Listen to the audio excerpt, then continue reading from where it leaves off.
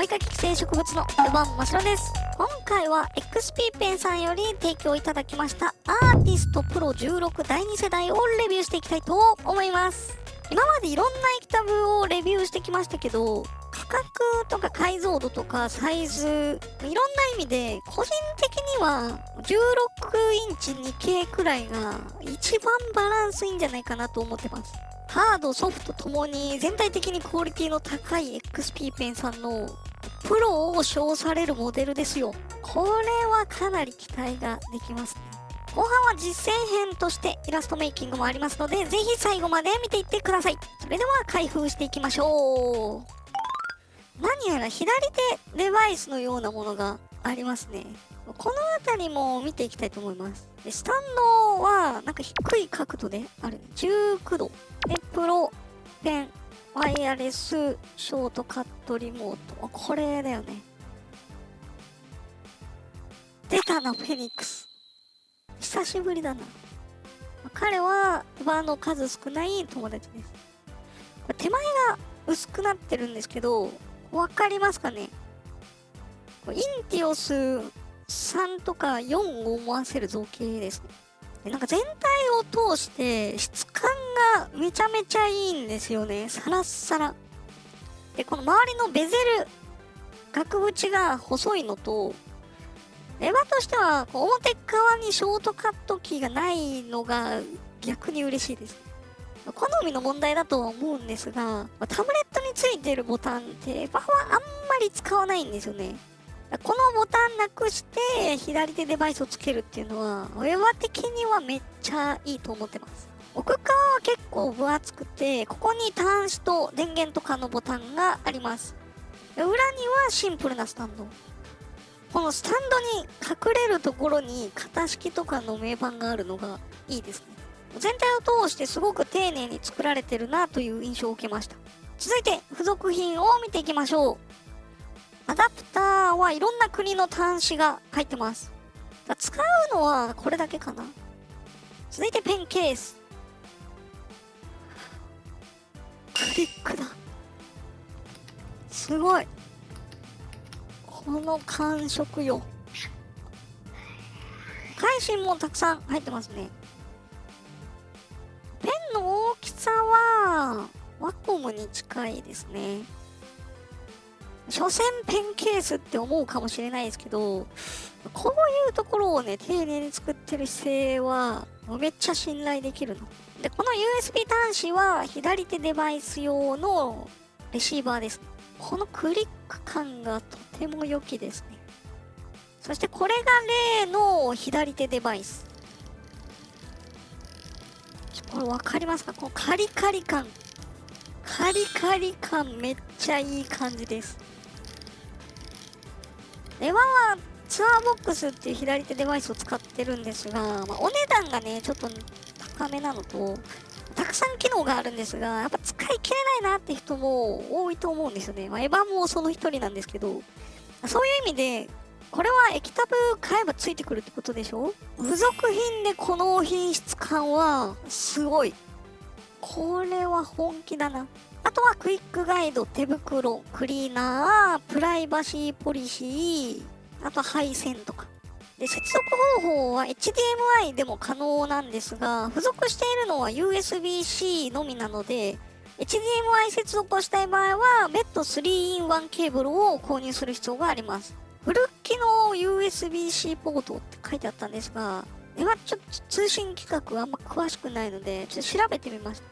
USB Type-C ってあるじゃないですか。楕円のやつで、なんかいくつか種類があるんですよね。で、大きく4つあって、 USB3.1、 USB-PD、 ディスプレイポートとサンダーボルト3で、そのうち下の2つに対応してれば USB-C 接続で使えるということでした。この一番下の通称ツンデレボルトはApple の規格なので、 Mac に C ポートがあれば多分それで対応してるんじゃないかなと思います。 Windows PC とかはこの映像信号が送れるかどうか、ディスプレイポートのモードがあるかどうかっていうのをチェックしてみてください。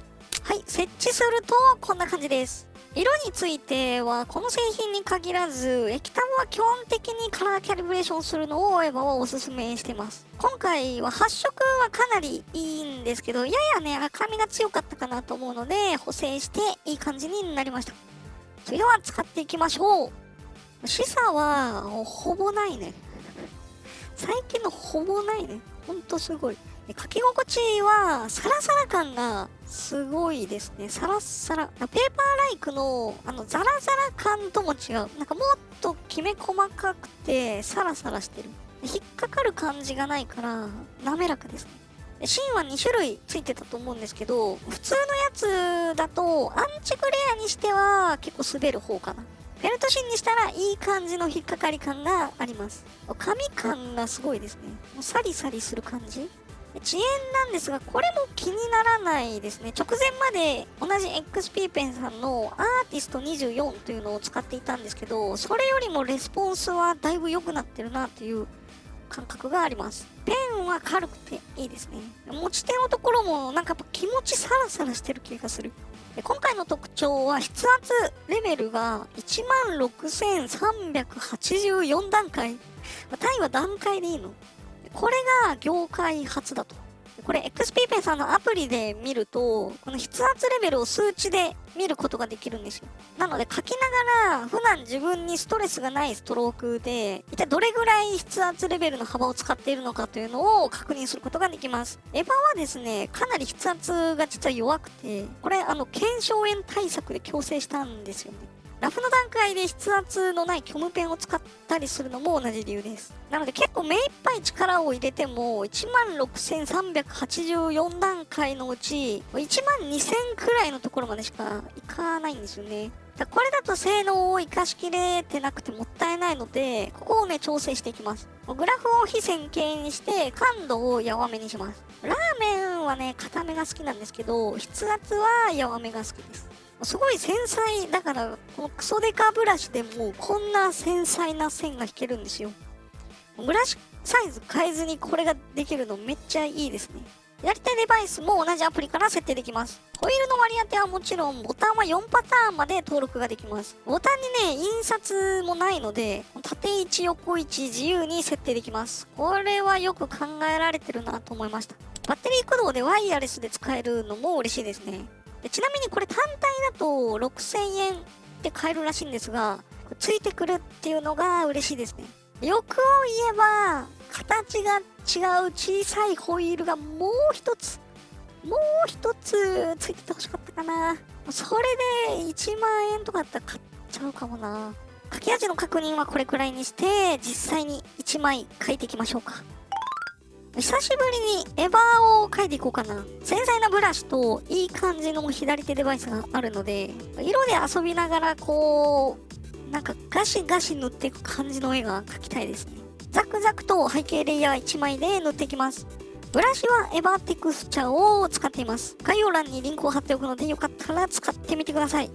ザクザク描きたい時におすすめのブラシです。今回はレイヤーを分けていないので、奥の方から描いていきます。手前の葉っぱの形を整えたら人物の線も整えていきます。人物も厚塗りっぽく塗ろうかなと迷ってたんですが、なかなか色が決まらず、なんか濁ってきちゃったので、ちょっと色面を整理することにしました。で、あとちょっとやってみたい表現があって、日頃頭頂部からよりしろちゃんの髪の毛を眺めてて思ったんですけど、髪の毛に強めの太陽光が当たった時、なんか虹色に反射して見えることってありませんか？わかるかな？なんかこんな感じでうっすら虹色になってるんですけど、調べてみたらなんかそれっぽい理由があって、光の繊維が光の解説光子のスリットの役割を果たして、解説と干渉によって波長が分解されて虹色に見えると。